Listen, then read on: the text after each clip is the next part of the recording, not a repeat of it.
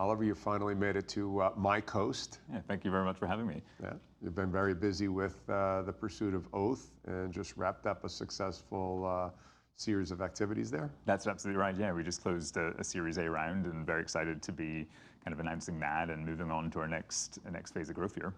And you've been a surgeon, a VC, and now a founder. And for the audience that maybe don't know you, so let's talk about surgeon, VC, and your connections there and Intuitive, and then now a founder at Oath. Yeah, so I've seen healthcare from a bunch of different angles, and I've seen the challenges, I think, facing surgery specifically, the fragmentation of surgical care, the inefficiencies in the hospital. As a medical professional and a provider myself, I saw the erosion of the profession of surgery in terms of autonomy and some of the challenges that are facing the practice there. I think as a venture capitalist, I saw incredible technology, the art of the possible, where the future is headed, but I also saw the access challenges, the reality that so much of this amazing technology isn't available to everyone. I saw the profitability of surgery, yet the inefficiency and misalignment of surgery as it relates to stakeholders. And I think it was those different perspectives that really informed what we've built at Oath Surgical, which is about creating better surgery really with surgeon-led approach that is technology-powered and really value-based, at its core. The surgeon-centric, and that's a term that Oath uses a lot. That's how healthcare used to be. Like the surgeons got to do what the surgeon wanted to do relative to technology, and that's changed a bit. So does that apply to surgeon-centric when we think about Oath? It does, yeah. It's about ownership of the practice and alignment around their practice at its very core. Surgeons are co-owners in Oath surgical centers, and our outpatient model is all about providing our surgeons the autonomy, the tools, the technology, both inside the operating room and around the entire workflow of surgery so that they can deliver their best care and we can support them in doing that. And I think that's really differentiated. It's really valuable for our surgeon partners and the community of surgeons that we're building, 150 strong and growing, that we can provide them these value-added services and that economic alignment with their practice so that they can deliver their best care. The idea of Oath versus what we would call an ASC model right now versus hospital, right? And it sounds like Oath is a different side of care, even though it may fall in a similar to the layperson that it is an ASC. Yeah, I mean, we are an outpatient surgical center, right? An ambulatory surgical center, and you're absolutely right. There's that spectrum from hospital to hospital outpatient department to ASC, and we are on a march to the lowest acuity setting of care. And I believe we're on an equal march to the most complex care happening in that lowest acuity setting. In fact, we've just seen in the last several months the inpatient-only list, which has been this policy lever that's maintained a lot of volume within hospitals, being dissolved here in the next coming years, which will really create a tidal wave, I think, of complex care and the opportunity for quality-first approaches like Oath to deliver that in the outpatient setting. But Oath is really about delivering that technology-enabled, value-based care, surgeon-led approach in the outpatient setting. And so we want to deliver kind of premium settings of care that have that integrated model at their core and scale that nationally. And technology helps us achieve that. The surgeon community and surgeon centricity and alignment helps us achieve that. And we're excited because we think that is the future. That is the future setting of care. And we want to build the quality first model for that.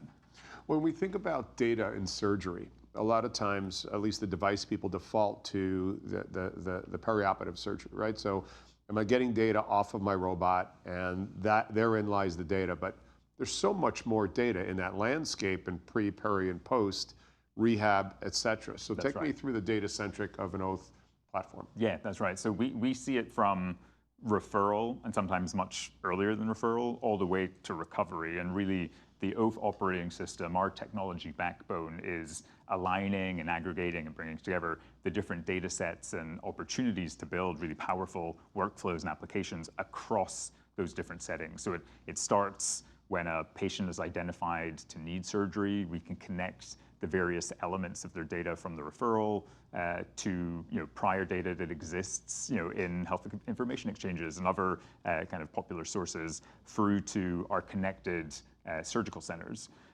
Actually bringing together all the data that exists around an ASC, the clinical data, the operational data, the video data, the financial inventory data, all these elements that we can use and help leverage to power applications to drive quality and operational efficiency. But it goes much further. It goes downstream, post into the recovery phase, supporting our patients through that recovery with applications to help with their wellness, their education, their support and oversight by our care teams, but also to capture some of those quality outcomes that we're able to identify and support. And what we've built at Oath is a really purposefully designed system that allows us to align the stakeholders to bring those different data sets together. And I think most importantly, to build value for the different stakeholders so that we can really power the quality and the better efficiency in operations and deliver a better surgical outcome, which I think is ultimately the best and the most important use case of this data. It's actually delivering that higher quality care at a lower cost. And technology for us is really what's powering that and going to help us to scale that. The value-based care and the alignment of interest there, that really doesn't exist in healthcare as we know it today, especially in a hospital setting. It's just, and then the data silos that are present in all of those as you went through the list of consideration and even beyond that. So Oath is creating an environment that those are all interrelated and interreferenced off each other, and therefore probably we use the word AI today in healthcare. That's right. And it's tossed around very liberally without any necessarily, let's call it, ways to get paid for it in most places. So tell me about AI as it applies to the Oath model. Yeah, so we have AI leveraged, again, across this operating system approach, and it's about delivering real value for our stakeholders. For our surgeons, it's about saving time. We have our own proprietary AI scribe. We have the ability to condense really complex, long lists of referral information into really highly summarized, highly relevant surgical summaries that our surgeons can use, saving minutes and minutes and minutes, hours often when in the aggregate of time in preparation for a consult. For our patients, we can leverage AI for scheduling, for autonomy, to give them more power through the process of surgery and kind of give them back some of that autonomy that is often lost as people navigate healthcare, and that we've in many ways kind of got accustomed to, and I think is not acceptable as we look at how kind of consumer grade experiences influence our experiences. And our third important stakeholders is payers, and actually having access to quality data, having access to the efficiency data, understanding what the cost to deliver that high quality care, that we can do these complex multi-specialty cases across soft tissues, orthopedics, spine, cardiology, these really exciting areas safely, repeatably, and at a fraction of the cost, sometimes 80% savings for a surgical episode. This is where AI can really help us understand risk profiles, understand savings opportunities, and I really think we're just scratching the surface. It starts with building the operating system, really tying together these different data sets and aligning the stakeholders, and I think what's going to be possible as we start to really build this flywheel for our patients, for our surgeons, for our value-aligned stakeholders is going to be really exciting. What I haven't heard you say yet, which is at the center of everything, is the robotic platforms that will be delivering this care, because these OEMs have spoke forever about how this improves outcomes, time, money, efficiency, safety. Yet they haven't had an environment to prove it in. That's and right. It sounds like you're actually setting up the environment for them to approve it or disprove it. That's right. Evidence in real time, longitudinally. Let's measure it. Let's hold a standard, and let's pay for quality. Let's pay a premium for where we can deliver that high quality care, and let's do that in the lowest cost setting and do it as efficiently and with the best patient experience as possible. And I think what we're really thrilled about doing as Oaf and the potential for us to be a partner. And we're partnering with med tech companies in really exciting ways, and we're going to be announcing some of these over the months and years ahead, is to align with them around that data opportunity, to be the measurement party in terms of quality. We're unique, as co-owned with our surgeon partners, aligned around their practice. We're uniquely informed to know what is important to surgeons, what is important for patient care. We're able to measure those quality outcomes, and for us then to align the payment models from a value-based care perspective with the payers. And so we hold a high bar, and I think that is both the opportunity and the challenge we're setting to the medtech community to come work with Oaf. Is we're going to hold a high bar, and if we can achieve this, our scale, our consistency, our technology platform, we're going to have a really strong and I think significant partnership. So let me play, as an engineer, let me play devil's advocate here, who's been involved for 30 years and being on the spectator side of watching how some complex devices are developed. So, you always should start in the OR with the surgeon, right? And the theater of care. But if you go into a theater of care of a classic hospital setting, respectfully, but then I walk into the indie pit crew of Oath, where everything is different. How you move, how it's tracked, how that surgical team moves, how quick the turn in the room is. You're going to be this high fidelity, highly tracked environment. And what if the devices are still developed, unfortunately, from an archaic, somewhat legacy setting? Well, I think the future is outpatient, and I think the medtech industry and players are seeing this, are going to have to work and optimize for that setting. And to be clear, Oaf wants to partner, right? We want to build those workflows. It's not just about placing a technology in an operating room anymore. It's about the context. It's about the system. It's about the team and the training. And I think that's where we've seen some of the robotics and med device manufacturers really differentiate, is how well they have planted that system and scaled that system. And Oaf wants to be a partner to those that we can demonstrate quality and outcomes and surgeon alignment, and really deliver that pit crew experience and for the benefit of patients. And if we can achieve it and work together on that, I think the opportunity to scale it is huge. And I think I'm excited about the outcomes and the differentiation for ultimately who pays for this technology and the outcomes, to show what is possible when you unleash the power of these devices and therapies in an outpatient setting. Yeah, and that pit crew of an F1 versus the old school, you go back 15 years and I'm in and out of there in 1.2 seconds versus 42 seconds, and that's the comparative between the two there.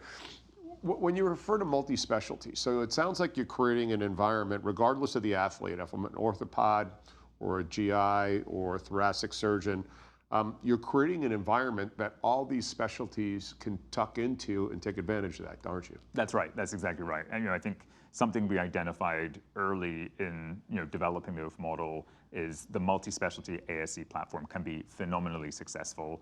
That many specialties today are woefully underrepresented in the ASC setting in terms of ownership, in terms of alignment, yet the significant burden of cost and surgery for those specialties is happening in the hospital in expensive, inefficient settings of care. And the opportunity for us to align with our stakeholders, from a multi-specialty across the different disciplines is really high, to create a model that is flexible across this diversified, de-risk, that brings these surgeons together around the technologies. And the proof is really in the pudding. We've brought together over 150 surgeons to date across urology, gynecology, oncology, plastics, orthopedics, spine, neuro, a huge range, more than that, aligned to our Oaf models by the various kind of attributes and that alignment with their practice. And for us, being able to kind of bridge a platform, a setting that is, for our payer partners, for our value-based care, a kind of single point of contracting that represents, a not dissimilar entity like a hospital, like a traditional healthcare system, where the full spectrum of care is possible, is really attractive. And so, that this is a really important part of the model that we are multi-specialty. So the value that the payers see to this, go a little deeper on there. Let's just pull that string for me a little bit more. What's going to be the incentive to them in the oath model that is right now a gap elsewhere? Yeah, so it's really about, at scale, achieving that efficiency and the setting of care that offers the most kind of value, the cost savings, and the quality experience and outcomes for their patients. So I'll give you an example. Our women's health program, which has been phenomenally successful over the last year, where we are providing really complex women's health care, think elective hysterectomies and other procedures in the outpatient setting at our surgical centers across the country. These are surgeries that 96% of them are happening in hospitals today. We're able to deliver them 50% cheaper. So when they're $35,000 to $50,000, 1 to 2 nights inpatient stays on average, we're able to deliver them for often more than 50% savings in our bundled approach, with hours, minutes and hours for discharge time, patients getting back to work in 6 to 10 days versus the 12 to 20 days that is typical for an inpatient stay for some of these procedures. Those data points, those metrics for payers, for self-insured employers are significant, and for patients, huge. And so our opportunity to align and to scale access to our network under these sophisticated payment models that allows us to kind of provide access at these lower costs, to be able to orchestrate the model with our health programs is huge. And again, we're just scratching the surface. Our women's health program is launched and really cranking. We just launched our oncology program in a few verticals, and that's expanding here over the next year. In some cases, we're saving hundreds of thousands of dollars per surgical episode by shifting the care into our surgical centers, and delivering significant savings for our partners, getting patients out of hospital within 24 hours, or out of our surgical centers within 24 hours. Significant opportunities, like 80% savings in some cases. So these are just, again, some of the opportunities to align the stakeholders. And so everyone wins in this model. And I think that's, again, going back to your very first question, one of the kind of classic challenges of innovation in healthcare is like, who are you compromising, right? And where is the misaligned incentives? And for us, everyone wins. It's the patients are getting better experience, they're getting faster treatment, surgeons are getting autonomy, they're getting economic alignment, they're getting their technology and the ability to deliver their best care, and payers are getting quality and lower cost coverage for their members and better outcomes. And so that alignment is a pretty powerful flywheel, and something we're really trying to scale with technology in our model. What is and I'll use this word on purpose, what's the customer experience, customer experience when I walk into an oath facility? Yeah, so it starts really at the time of referral. I think today our experience starts right in the digital realm, often before we arrive in person, and we want to be really thoughtful about that digital experience. And so our network of oath surgeons, utilizing our technology, our digital oath operating system, how it shows up for patients. It's about providing autonomy, providing a very user-friendly, seamless experience, and then coming to our premium surgical centers. I think, again, in healthcare, it shouldn't be that premium experience, autonomy is only the kind of the good fortune of those that can afford to go to Beverly Hills, in LA for private practice healthcare. I think there's an opportunity to really deliver that for patients, every time across the board. And so for our patients, it's about autonomy, it's about rapid access to care and premium experience. And premium's not just facilities and beautiful settings, it's about care teams that really care, that are really putting the patient first. It's surgeons that are really thinking about the patient experience, the family experience. So we're putting a lot of effort into those elements with our training, with the hiring and recruiting that we're doing into our model, so that we can deliver the very best care. And they're definitely a different mindset. When you're looking at an ASC individual, they're joining a team with a different incentive. They're coming out of a different environment. than one that is, and high performers love performance-driven metrics to work against, right? There's some people, they find it intimidating, others find it empowering, and I find that in most of our startups that you and I have been involved in, or even our organizations, metrics, not to hold you accountable, but to drive your performance. Yeah. But I want to talk about something else. Healthcare today, I hear from the surgeons or anybody involved with it, I'm spending less time enjoying my business, and I'm not getting enough time with the patient. I'm not getting enough time to offer solutions. And therefore, less people seem to be entering pre-med and a healthcare career. Oath sounds like an environment that, well, are you a business person first and a surgeon second, but both really get served in that environment. So I've got to believe that the yet to be minted sort of fellows and others going through university right now may look at Oath and go, I can be a business person and enjoy and deal in a high-tech world without the BS that comes from a classic legacy ossified hospital setting. Yeah. Well, one of the most kind of personally rewarding things about my career in surgery, having been in it and then worked in the innovation sector, is that surgeons are so entrepreneurial, right? Med device investing, and I think it's so aligned with the career trajectory for them to own and align their business and to be, kind of economically aligned to the output of their practice. There's been a countercurrent, I think, over the last 30 years towards consolidation, towards employment models, and I see a frustration, and I see an opportunity,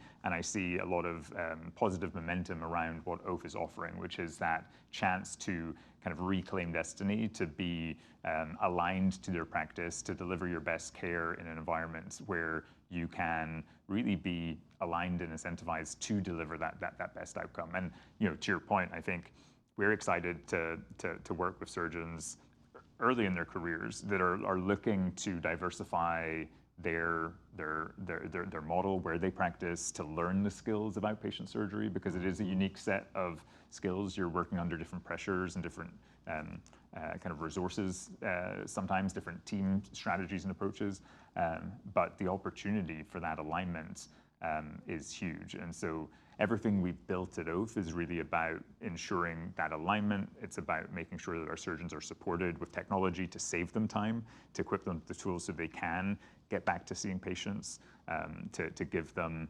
the data in their hands so that they know what quality of care they're delivering and where they can provide that and support their practice. Our value-based care arm really supporting their practice in terms of aligning our referral partners with them. So these are the areas that I think are really important, and where we want to support our surgeons and build that community nationally. Yeah, and I think there's a screaming need for it, and I'm glad that there's an outlet for them to at least start to see that. You've moved a lot in the first year. You moved very fast. You've opened up a couple ambulatory surgical centers, Oath centers. You've raised funds. You've added to the team. I mean, this has been a pretty high velocity period of time for you. Yeah, it has, and I think that is what we have to do. I genuinely believe there is a incredible opportunity. There's incredible need to fundamentally kind of reshape and reinvent surgery, and so my team feels the pressure, the timeliness of this. We are being very thoughtful and deliberate in the decisions and actions we're taking, but we see the opportunity, and surgeons are seeing it, our patients are seeing it, and our payer and value-based care partners are seeing it. And so, yeah, we've kind of idea to Series A in a year, our first few centers live and kicking. We're launching into new markets here in the coming months and year. And I think we're really just scratching the surface on what the future of outpatient surgery will look like. Again, for us, it is technology-enabled, surgeon-led, and value-based care at its core, and that's what we think better surgery looks like.